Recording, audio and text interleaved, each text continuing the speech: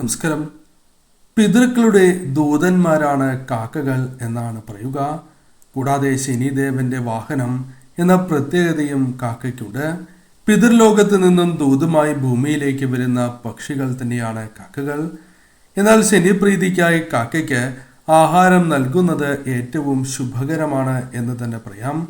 ഏഴരശനി, കണ്ടകശനി, അഷ്ടമശനി തുടങ്ങിയ ദശാകാലങ്ങളിലൂടെ പോകുന്നവർ കാക്കയ്ക്ക് ആഹാരം നൽകുന്നത് അതീവ ശുഭകരം തന്നെയാകുന്നു. കാക്കയുമായി ബന്ധപ്പെട്ട ചില കാര്യങ്ങൾ ഈ വീഡിയോയിലൂടെ വിശദമായി തന്നെ മനസ്സിലാക്കാം. കാക്കയ്ക്ക് ആഹാരം നൽകുന്നവർ തന്നെയാണ് പലരും. ഇത്തരത്തിൽ നൽകുന്നതിലൂടെ ആ വ്യക്തികൾക്ക് ചില അത്ഭുതകരമായ നേട്ടങ്ങൾ വന്നു ചേരും എന്നാണ് വിശ്വാസം.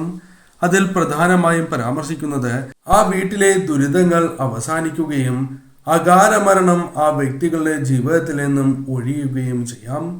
ഉയർച്ച ആ വ്യക്തികളുടെ ജീവിതത്തിലേക്ക് കടന്ന് വരിക തന്നെ ചെയ്യും.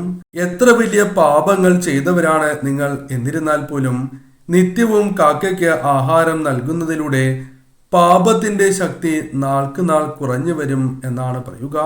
കൂടാതെ നെഗറ്റീവായ ചിന്തകൾ മനസ്സിൽ നിന്നും ഒഴിവാക്കുവാനും ജീവിതത്തിൽ നിന്നും ഒഴിവാക്കുവാനും സാധിക്കും.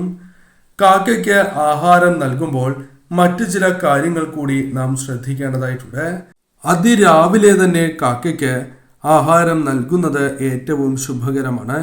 6 മണി മുതൽ 7 മണി വരെയുള്ള സമയം ഏറ്റവും വിശേഷപ്പെട്ട സമയം എന്നാണ് പറയുക. മറ്റ് സമയങ്ങളിൽ കൊടുക്കരുത് എന്നല്ല ഉദ്ദേശിക്കുന്നത്. ഈ സമയം ഏറ്റവും വിശേഷപ്പെട്ട സമയമാകുന്നു. വിശന്നിരിക്കുന്ന സമയം അവയ്ക്ക് ആഹാരം നൽകുന്നത് കൂടുതൽ ഫലം നൽകും എന്നാണ് പറയുക. നിങ്ങൾ ചെയ്യുന്ന പ്രവൃത്തിക്ക് ഇരട്ടി ഫലം വന്നു ചേരും. കാക്കയ്ക്ക് നൽകിയ ആഹാരം മറ്റ് കിളികൾ, പക്ഷികൾ കഴിക്കുമ്പോൾ അവയെ ഓടിച്ചു വിടുകയോ ഉപദ്രവിക്കുകയോ ചെയ്യാൻ പാടില്ല എന്ന കാര്യവും ഓർക്കേണ്ടതായിട്ടുണ്ട്. എന്നാൽ കാക്കയ്ക്ക് ആഹാരം നൽകുമ്പോൾ മറ്റൊരു കാര്യം കൂടി ശ്രദ്ധിക്കുക.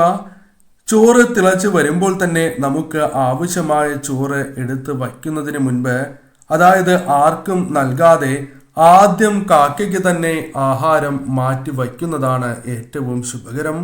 ഒരിക്കൽ എടുത്തതിൻ്റെ ബാക്കി കാക്കയ്ക്ക് നൽകുവാൻ പാടുള്ളതല്ല. ഇലയിൽ നൽകുന്നതും ഏറ്റവും ശുഭകരമായാണ് കണക്കാക്കുന്നത്. എന്നാൽ അത്തരത്തിൽ ഇലയില്ലാത്തവരാണ് എങ്കിൽ വൃത്തിയുള്ള പാത്രത്തിൽ നിത്യവും കാക്കയ്ക്ക് ആഹാരം നൽകുക. കുളിച്ച് വൃത്തിയായതിനു ശേഷം നൽകുന്നത് ഏറ്റവും ശുഭകരമാണ്. മറ്റ് അശുദ്ധിയുള്ള സമയങ്ങളിൽ വീട്ടിലെ മറ്റൊരു വ്യക്തിയെ കൊണ്ട് ആഹാരം നൽകുന്നത് ഏറ്റവും ശുഭകരമാണ്. അതിന് സാധിക്കുന്നില്ല എങ്കിൽ കൈയും കാലും മുഖവും വൃത്തിയായി കഴുകിയതിനു ശേഷം കാക്കയ്ക്ക് ആഹാരം നൽകാവുന്നതാണ്. എന്നാൽ കാക്കയ്ക്ക് ആഹാരം നൽകുമ്പോൾ ചില ആഹാരങ്ങൾ നൽകുന്നത് ഏറ്റവും ദോഷകരമാണ് എന്ന് തന്നെ പറയാം. ആ ആഹാരങ്ങൾ ഇപ്രകാരമാകുന്നു. ഒരു വ്യക്തി കഴിച്ചതിൻ്റെ ബാക്കി നാം കാക്കയ്ക്ക് നൽകുന്നത് ദോഷകരമാണ്.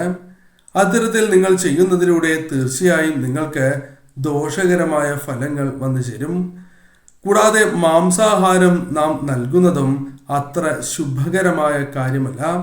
മാംസാഹാരം കഴിച്ചതിൻ്റെ ബാക്കിയും നൽകാൻ പാടില്ല എന്ന കാര്യവും ഓർക്കുക. വൃത്തിഹീനമായി ഒരിക്കലും കാക്കയ്ക്ക് ആഹാരം നൽകുവാൻ പാടുള്ളതല്ല. അത് നിങ്ങൾക്ക് ദോഷമേ നൽകൂ എന്ന കാര്യവും ഓർക്കുക.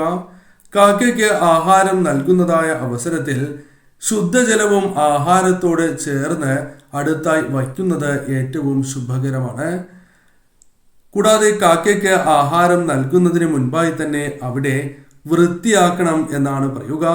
ആഹാരം വച്ചതിന് ശേഷം 3 തവണ ശുദ്ധജലം കൊണ്ട് അവിടെ തളിക്കണം എന്നാണ് പറയുക. ഇങ്ങനെ ചെയ്യുന്നത് ഏറ്റവും ശുഭകരമാണ്. ശനിദശ കാലങ്ങളിൽ ഉള്ളവരാണ് എങ്കിൽ അല്പം എള്ള് കൂടി ചേർത്ത് ചോറ് കാക്കയ്ക്ക് നൽകുന്നത് ഏറ്റവും ശുഭകരമാണ്. എന്നാൽ അമാവാസി നാളിൽ ബലിയിടുന്നവരാണ് എങ്കിൽ ഇങ്ങനെ ഒരിക്കലും ചെയ്യരുത് എന്ന കാര്യവും ഓർക്കുക. ഇത്രയും കാര്യങ്ങളാണ് പ്രധാനമായും കാക്കയ്ക്ക് ആഹാരം നൽകുമ്പോൾ നാം ശ്രദ്ധിക്കേണ്ടത്. നിത്യവും കാക്കയ്ക്ക് ആഹാരം നൽകുക. പിതൃപ്രീതിയും ശനിപ്രീതിയും അവർക്ക് നാൾക്ക് നാൾ വർദ്ധിക്കുക തന്നെ ചെയ്യും.